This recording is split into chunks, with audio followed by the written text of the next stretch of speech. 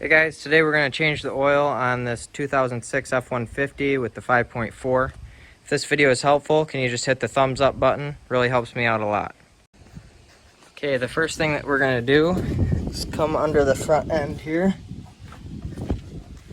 And right there is your oil filter. So you need to take your oil filter off. I'm gonna probably try to use a big pair of channel locks if I can fit them in there. If not, you might need an oil filter wrench if it's too tight. They have this little trough here. The oil will run down here, so I'm putting my catch pan right down here to catch the oil that comes out. Alright, now put your new filter back in. Make sure that you wet the seal with some oil. And once it gets tight, turn it 3/4 of a turn past tight. Alright, now we need to drain the oil pan here. So this was my drain plug's a 19mm. I already cracked it loose.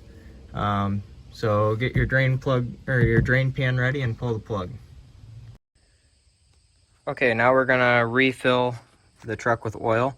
Takes 7 quarts of 5W20. It has to be a 20 weight oil, 020 or 520, nothing else.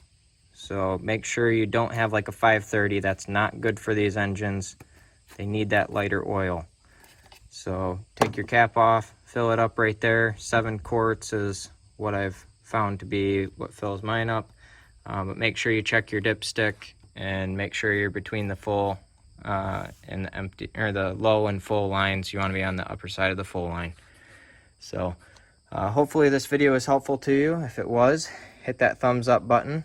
Really helps me out a lot. And thank you for watching.